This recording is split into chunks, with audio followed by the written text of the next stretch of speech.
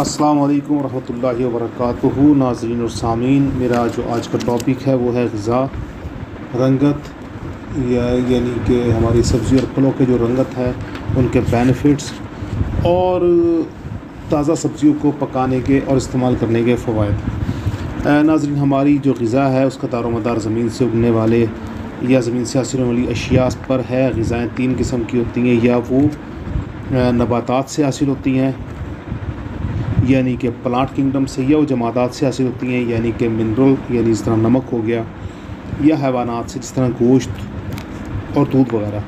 अगर जमादात हो, नबातात हो या हैवानात, सब ज़मीन से जुड़े हैं, कनेक्टेड हैं। ज़ाहिर जमादात हमने ज़मीन से निकालने, मिनरल्स और साल्ट ज़मीन से निकलेंगे ना, और ज़मीन से हासिल होने वाली कोई शे बेरंग नहीं है। अब देखें, गोल्ड का रंग येलो है, सिल्वर का रंग वाइट है, इसी तरह कॉपर का रंग जो है वो येलो है।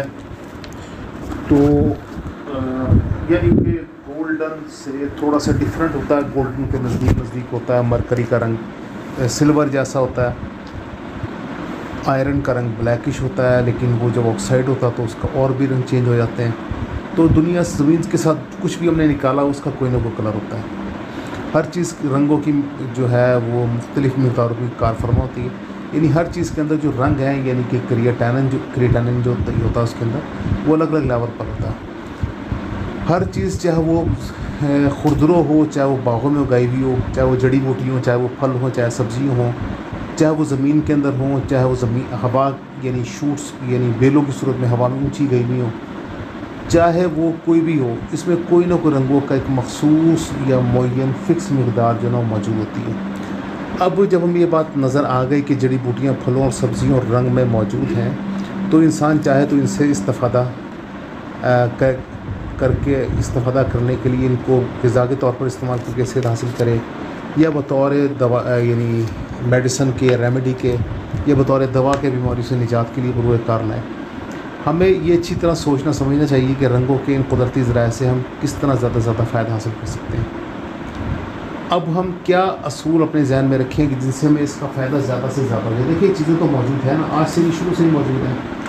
अब ये देखने के लिए कि कौन सा फल या बूटी या सब्ज़ी किस मर्ज़ को पूरी करने में मामूल हो सकती है, हमें दो बातों का वाज़ेह पता होना चाहिए। एक ये कि किस रंग की कमी से कौन से अमराज़ नाक़ुल होती है। शमशुद्दीन अज़ीमी साहब का हम पर इस पर बहुत बड़ा कंट्रीब्यूशन है कि ये सब चीज़ें शमशुद्दीन अज़ीमी साहब की वजह से लोगों ने नोटिस किए, वरना ये चीज़ें तो हमेशा से मौजूद थी। लेकिन ये वक़ार अज़ीम शमशुद्दीन अज़ीमी साहब वगैरह वाकई इस लायक हैं कि इनको सैल्यूट किया जाए कि हमें उन्होंने एक नए अंदाज से चीज़ों को देखना और सीखना समझाया। तो देखिए, जो हमारे पास एक गर्मी के मौसम में किस्म की सब्ज़ियाँ मौजूद हैं, सर्दियों में बहार में किस किस्म की सब्ज़ियाँ, तो एक तो हमें उन चीज़ों को बहुत अच्छी तरह देखना और समझना पड़ेगा। दूसरा, जो कलर थेरापी उसको बहुत अच्छे तरीके से समझना पड़ेगा। तो जनाब ख़ालिद शमशुद्दीन अज़ीमी साहब की इस सिलसिले में दो किताबें हैं, हम उनको भी पढ़ सकते हैं, हमें उसको भी पढ़ना चाहिए। उनको पढ़े बगैर हमें बुनियाद समझ नहीं आएगी। अगर बुनियाद समझ नहीं आएगी तो हम आगे चल नहीं सकते। अगर हम आगे चल नहीं सकते तो ज़ाहिर की बात ख़त्म हो गई। तो हज़रत अब्दाल या कलंदर बाबा औलिया रहमतुल्लाह अलैह के सिलसिले के जो ये इंतहाई बुज़ुर्ग तरीन शख्सियत हमारे पास शमशुद्दीन अज़ीमी साहब और वक़ार अज़ीमी साहब की सूरत में मौजूद थी। इनकी जो दो किताबें हैं, रंग और रोशनी से इलाज और कलर थेरापी, अगर हम इसका मुताला कर लेंगे तो ये बहुत आसान होगा। लेकिन हम कोशिश करेंगे कि नाज़रीन इन किताबों को भी आपके लिए अपलोड कर दें। अब ये देखने के लिए कि किस फल या सब्ज़ी से कौन सा रंग हमें मिल सकता है, सबसे पहले हमें ये देखना पड़ेगा कि उसकी ज़ाहिरी रंग क्या है। मिसाल के तौर पर अब एक आदमी है, उसको हमें सब्ज़ रंग इस्तेमाल करवाना, तो हम देखेंगे कि जिस पौधे के फूलों में पाया जाएगा, इस दरख्त के पौधे के फल, फूल और बीज वगैरह इस वक्त भी इस्तेमाल हो जाएंगे। जिस पौधे में जिस रंग के फूल आते हैं वो रंग उस पौधे के तिब्बी ख़वास की निशानदेही करता है। मसलन अगर किसी पौधे के फूल बनफशा रंग के हैं तो वो पौधा हर उस मर्ज़ के लिए इलाज में इस्तेमाल हो सकता है जिसमें बनफशी रंग देना ज़रूरी है। जैसे अमराज़ जिगर और गदूदों के अफ़आल की दुरुस्तगी के लिए ऐसे पौधों के फल ही नहीं बल्कि पत्ते, जड़, छाल और बीज वगैरह सभी कुछ इस्तेमाल में लाया जा सकता है। इस तरह बनफशा है। नाज़रीन, आपको पता है कि जो बनफशा है वो चाहे वो गले के गदूद हो, चाहे वो जिगर के इशू हों, चाहे वो कब्ज़ की वजह से पैदा होने वाले जिगर के या गदूदों के अमराज हों, उन सब के अंदर शरबत बनफशा का इस्तेमाल बहुत ही शानदार होता है। अब बनफशा के का जो रंग होता है उसके फूलों का तो बनफशा ही होता है, लेकिन उसका जो बाकी पौधा होता है वो सब्ज़ रंग का होता है। तो ये सब्ज़ रंग होने के बावजूद भी वो तमाम के तमाम फ़वाइद में मुहैया करा सकता है। इसी तरह सुर्ख रंग के फूलों वाले पौधे को इन अमराज के इलाज में इस्तेमाल किया जा सकता है जिनमें सुर्ख रंग की फराहमी दरकार हो, मसलन गुलाब। अब गुलाब का रंग भी सुर्ख है, चुकंदर का रंग भी सुर्ख है, गाजर का रंग भी सुर्खी माइल है। तो इनके इस्तेमाल से यकीनी तौर पर हमारे जिस्म में वो तमाम फ़वाइद हमें हासिल हो जाएंगे जो सुर्ख रंग की रोशनी के पानी से हमें हासिल हो सकते थे। जर्द रंग के फूलों वाले पौधों के तुखम और बीज पेट के अमराज के लिए इक्सीर माने जाते हैं। तो नाज़रीन, आपने ये देखा कि ये सब चीज़ें हमें बहुत ज़्यादा फ़ायदा करवाएंगी, इस्तेमाल करवाएंगी। अगर हम तिब्बे यूनानी के हवाले से बात करें जो हमारा असल मौजू है, और इलाज बिलग़िज़ा में फलों और सब्ज़ियों और अशिया खुर्दनोश की दर्जाबंदी इनके मिजाज और तासीर के हवाले से की जा सकती है। इसमें गर्म और सर्द मिजाज वाली अशिया और खुश्क या तर तासीर रखने के हवाले से बात की जाती है। फलों और सब्ज़ियों के मिजाज और तासीर के तय्युर और उनके ज़ाहिर और बातिनी रंगों का बहुत गहरा अमल दखल है। ज़ाहिर है अगर हम उसके मिजाज को, उसकी तासीर को मद्देनज़र नहीं रखेंगे, अब एक आदमी है जिसका मिजाज गर्म है या जिसको फलाद माफिक नहीं आता, उसको सही खिलाते रहेंगे तो फ़ायदा तो नहीं करेगा, नुकसान ही देगा। अब एक आदमी उसका बलगमी मिजाज है, उसको गला बार बार ख़राब रहता है, खालिस बलगम की मिकदार ज़्यादती वाला मरीज़ है, उसको हम केला खिलाना शुरू कर देंगे तो यकीनन वो ठीक नहीं हो सकेगा। हालांकि उसको हम ताज़ा सेहतमंद और फल खिला रहे हैं। तो सब्ज़ी और फलों के अलग अलग फ़ायदे दो तरह के, एक इनका ज़ाहिरी रंग और दूसरा उनका दाखिली रंग। जैसे तरबूज ऊपर से सब्ज़ और अंदर से लाल होता है। इन दोनों रंगों के इम्तजाज के सबब तरबूज की वो फरे और तक़वियत बख्श जो है ना वो सलाहियत बढ़ जाती है। सेब भी किसी जो रंग का हो सकता है, सब्ज़, जर्दी माइल या सुर्खी माइल काटने का अंदर से हल्का पीला ही बना होता है, लेकिन इसके बातनी रंग, इसके ज़ाहिरी और दाखिली दोनों के फ़र्क सुर्ख है।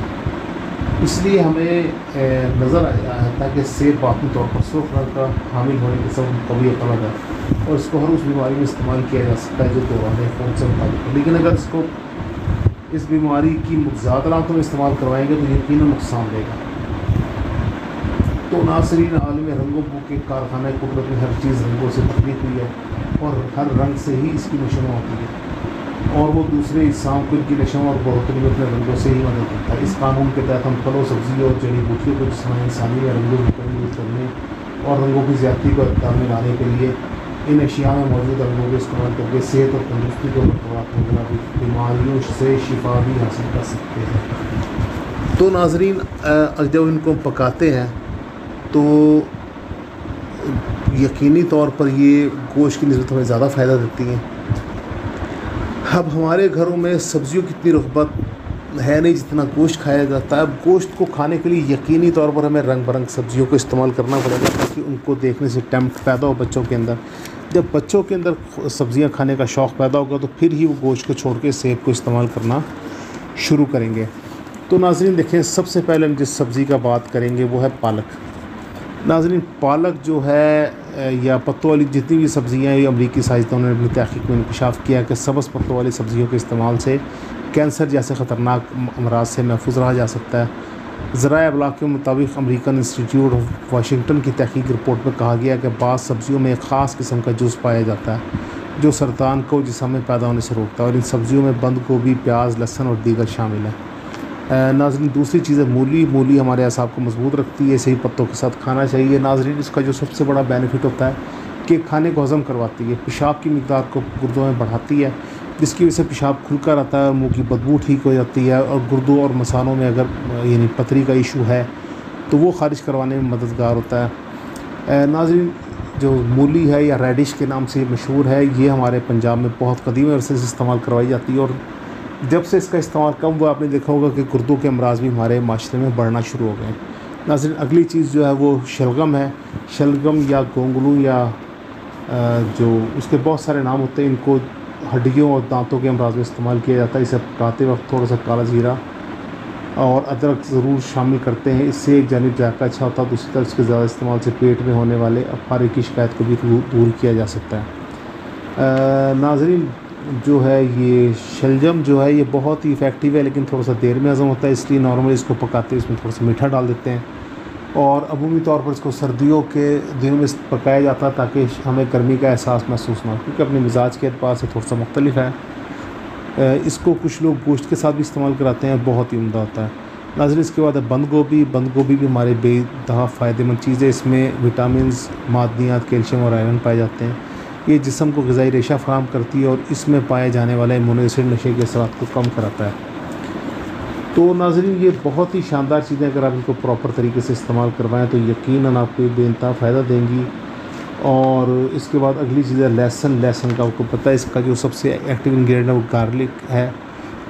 तो इसको मुख्तलिफ़ चीज़ों में इस्तेमाल कराया जा सकता है। गर्मी में इसको इस्तेमाल कराने की वजह हैज़े से बचाव है। इसके अलावा ये जो है एलर्जी की सलाहियतों को कम करती है, रगों में सख्ती को कम कराती है, खून पतला करने की नबाताती दवा है। गर्म पानी में पिसा हुआ लहसुन घोलकर पीने से ज़ियाबीतस में फाका होता है। तो हेलिकोबैक्टर को ख़त्म करने के लिए बहुत शानदार बूटी है। तो जिस तरह हमने मिसमैनेज किया कोरोना को, अगर हम इसी तरह इन सब कुछ चीज़ों को मिसमैनेज करेंगे लहसुन को, तो वो यकीनन बहुत ज़्यादा नुकसान का सबब बनेगा। नाज़रीन, हमारी सब्ज़ी में जो सबसे शानदार सब्ज़ी है, इस तरह फलों का बादशाह आम है, मुझे ऐसे लगता है कि शायद सब्ज़ियों का बादशाह टमाटर है। टमाटर खून को साफ़ करता है, खून को जिसमें पैदा करवाता है, हाजिम है, पेशाब लेके आता है, खुशबूदार है, पेट के कीड़ों को खारिज करता है। तो नाज़रीन, आपने देखा होगा इसकी इंतहाई ज़्यादा इस्तेमाल है। लोग सोचते हैं कि जिसके मैदे पेट में इसके जो दाने हैं वो पेट में जाके फंस जाएंगे, लेकिन ऐसा लगे कुछ भी नहीं होता। इसके जो मग़ज़ हैं वो किसी और फाइबर की तरह आंतों से गुजर जाते हैं और हमारे स्टोल के अंदर जो वॉल्यूम ऑफ गैस है, ये फॉइसिस है, उसको बढ़ाता है, जिससे कब्ज़ तोड़ने में आसानी आती है। तो नाज़रीन, इन चीज़ों को अगर हम खुले दिलों दिमाग से पढ़ेंगे तो तभी हमें फ़ायदा होगा। अगर हम इनको नेगेटिव अप्रोच से पढ़ेंगे तो यकीनन हमें फ़ायदे के बजाय नुकसान होगा। इनके लगातार इस्तेमाल से क़ुव्वत मुदाफ़अत में इजाफ़ा होता है, वज़न में कमी आती है। और नाज़रीन, आपको पता है कि अगर वज़न में कमी आ जाए और खून की ज़्यादती ख़त्म हो जाए तो फिर आदमी कभी बीमार नहीं हो सकता। अस्सलामु अलैकुम व रहमतुल्लाहि व बरकातुहू।